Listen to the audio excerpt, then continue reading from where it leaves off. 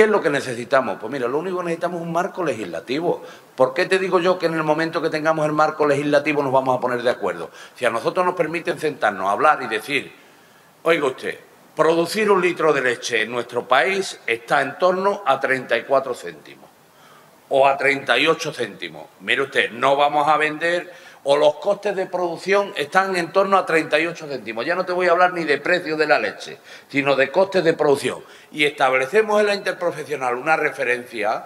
A partir de esa referencia, por debajo no se va a hacer un contrato porque entonces puede arder cualquiera.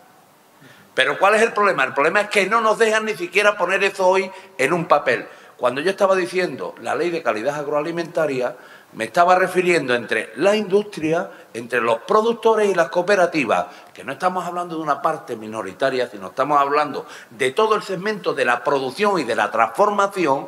Hacemos una propuesta al Gobierno para que lleve al Parlamento y nos salga una norma jurídica a la cual nosotros nos podamos agarrar.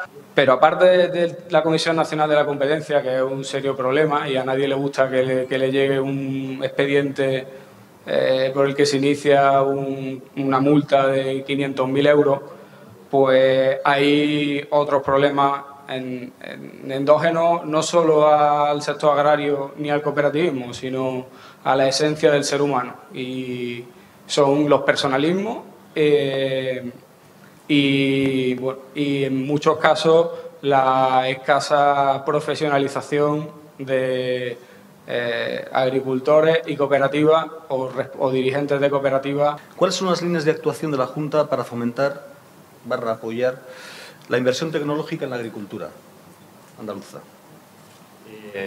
Bueno, en este sentido, el Plan de Desarrollo Rural, que es el marco en el que se mueven gran parte de estas ayudas, no todas, sí supone en general, como una parte horizontal y con bastante peso, el objetivo de modernización y de sostenibilidad de la agricultura.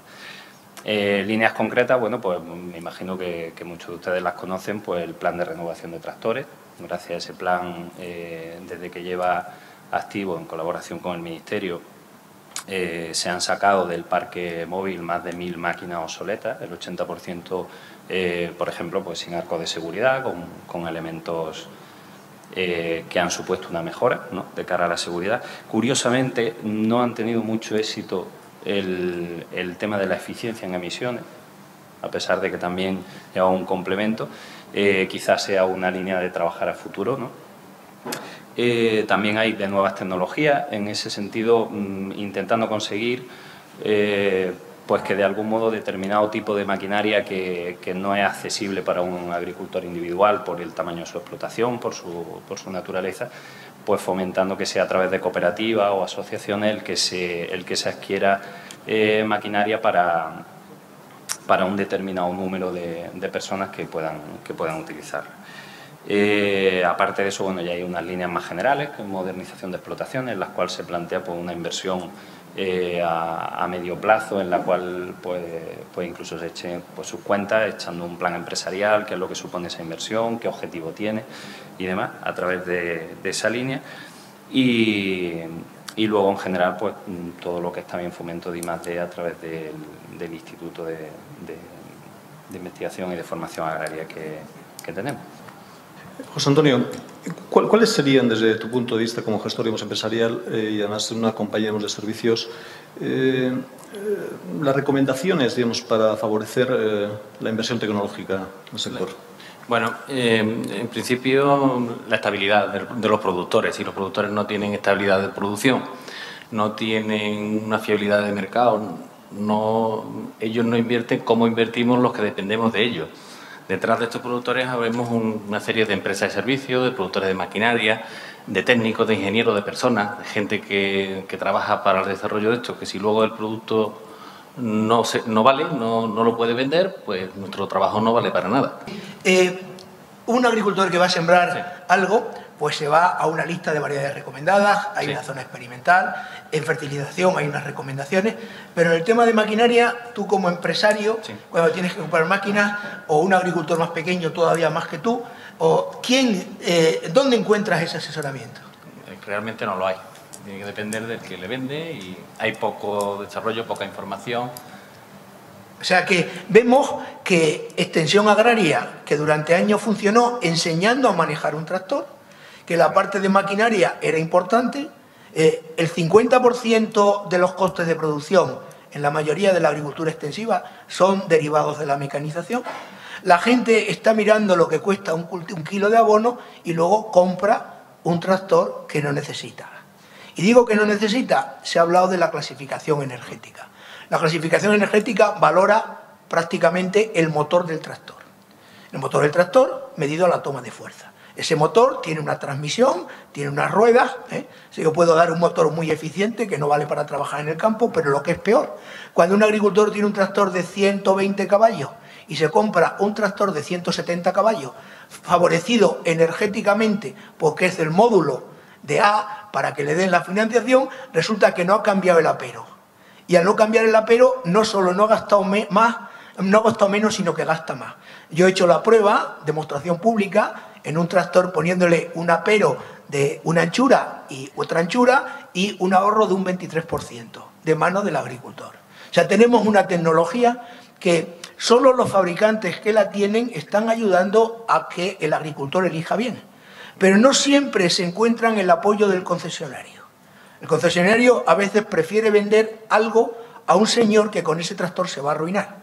O sea, que yo lo que quería es que José Antonio me dijera, no me lo ha querido decir, que hay poco apoyo tecnológico para que la gente compre la maquinaria adecuada a su explotación. ¿No debiera darse sí o sí, en este contexto, digamos, de baja renta, ese proceso de concentración? Indudablemente, o sea, está claro que si tenemos esta presión o aumentamos la productividad y bajamos costes, o será difícil la supervivencia.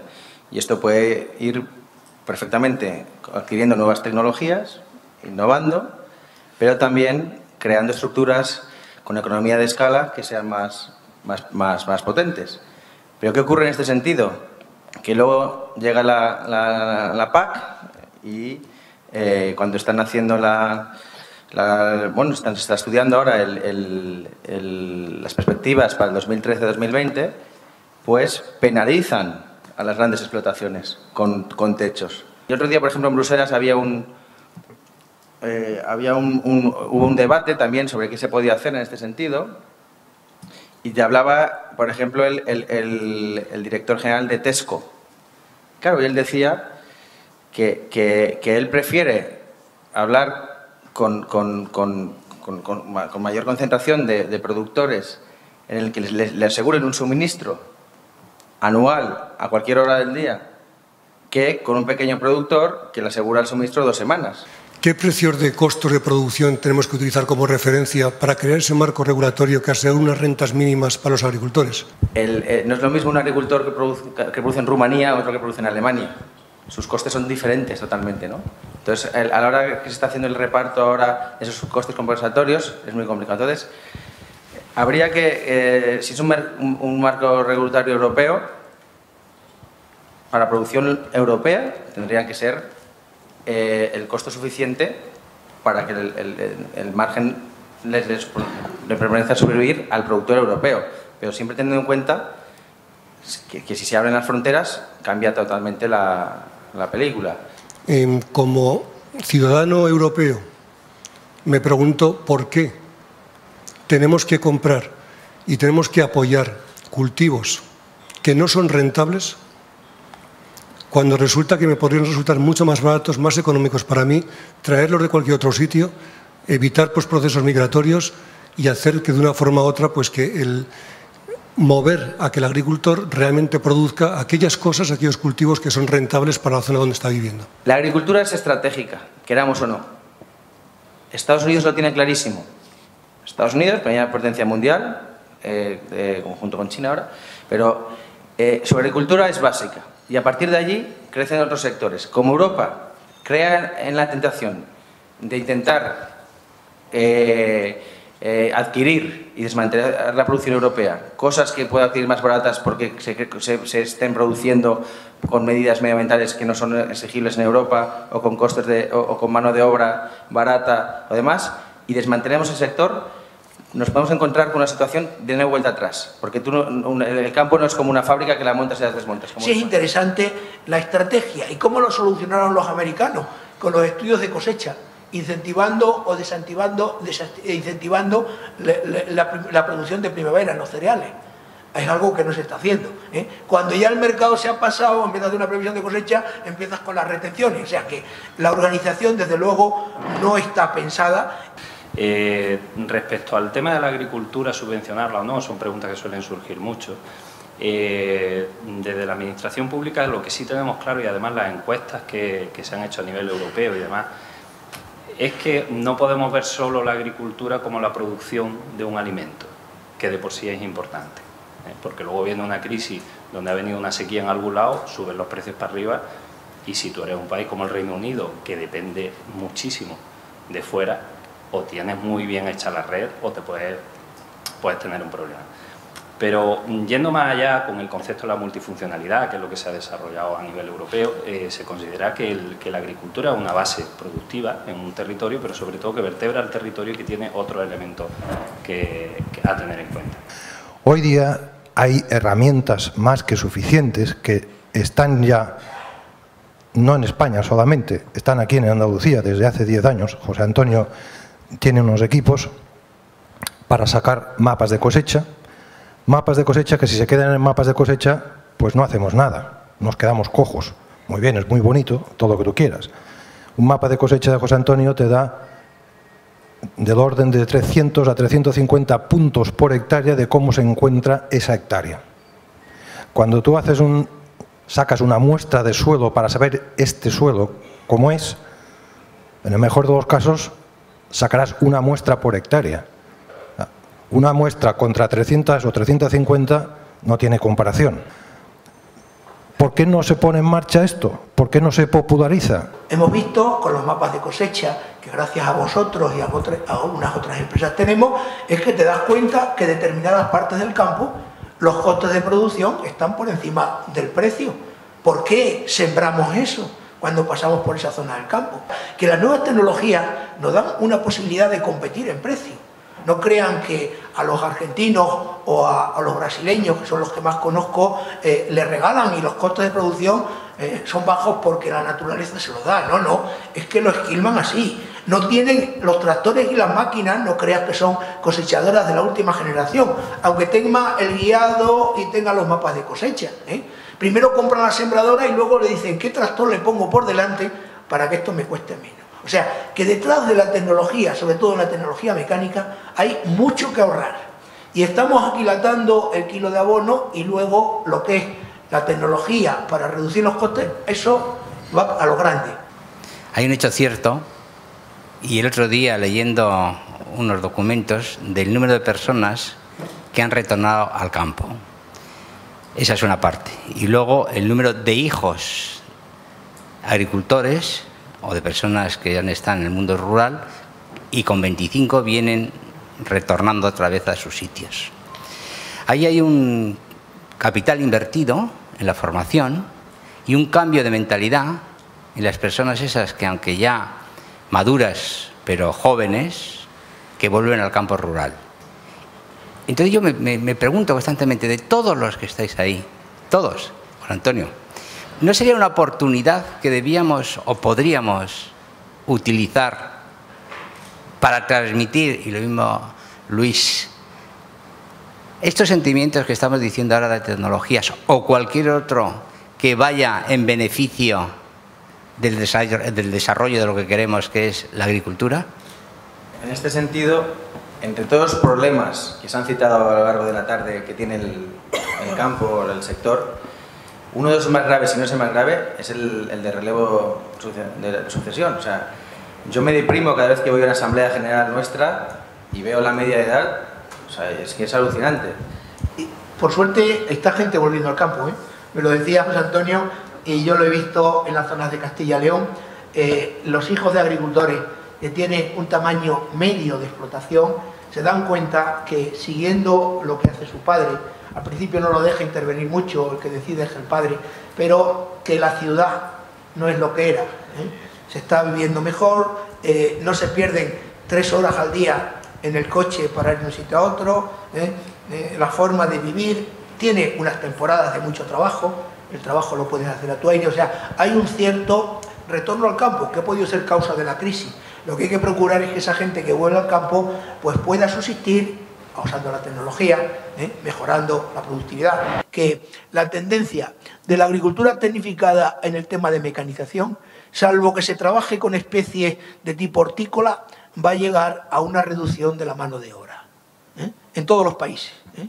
Utilizando, digamos, una frase que se le ha oído muchas veces, digamos, a Luis, y que habréis oído también, digamos, para otros negocios, pues llegar a unas conclusiones que he tomado nota con respecto a lo aquí dicho. Luis suele decir que la agricultura es un negocio global con implicaciones / limitaciones locales. Y me decía, digamos, ahora que la palabra local no hay que entenderla, digamos, en ámbito país, que puede ser, digamos, en ámbito inferior, regional, lo que queráis. Bueno, entro aquí en las conclusiones, si me permitís. Bueno, existe un problema de renta, lo decía Miguel. Cuando hablamos de precio, le ha dicho, no, yo no quiero hablar de precios, yo quiero hablar de renta. Lo cual parece muy lógico. Porque los agricultores como empresarios, su cuenta de resultados se ve afectada por los precios de venta, pero por otros muchos factores. Entonces, es lógico, tiene mucha razón, digamos, que hablaríamos en términos de renta.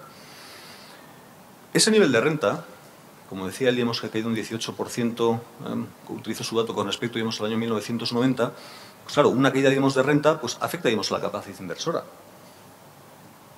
Una capacidad inversora y por tanto, si se invierte menos o se ve limitada, afecta, digamos, a la capacidad, digamos, de incrementar, digamos, la tecnología, digamos, aplicada. Aquí hemos visto, digamos, dos visiones claramente, digamos, diferenciadas. Una más intervencionista, por así decirlo, basada, digamos, en una regulación determinada, que es apoyo a los profesionales, que no se permita el funcionamiento condicionado, digamos, por pocos demandantes, y apoyo público para incrementar, digamos, la actividad y apoyo a los aspectos sociales. La última conclusión que me gustaría poner, digamos, encima de la mesa es que la agricultura es estratégica. Y además, con una doble vertiente. No es solo la producción de alimentos, que ya de por sí es mucho, sino que además tiene su utilidad social. Estas conclusiones son las que yo, digamos, he apuntado. Y si me permitís, resumo todavía más. Me parece que estamos muy de acuerdo en el qué. Que la agricultura es estratégica y que hay que apoyar a los profesionales. Yo creo que no hay muchas dudas por lo que hemos oído aquí. Y dos, se aprecian diferencias en el cómo. No voy a repetirme. Y para acabar, deciros que, como suelen decir los seleccionadores de fútbol, que cada uno somos un seleccionador en potencia, pues el cómo lo dejamos a la reflexión personal. Que cada uno, digamos, piense si entiende que lo más adecuado es la vía, digamos, de la intervención, o si lo más adecuado es la vía de la libertad de actuación.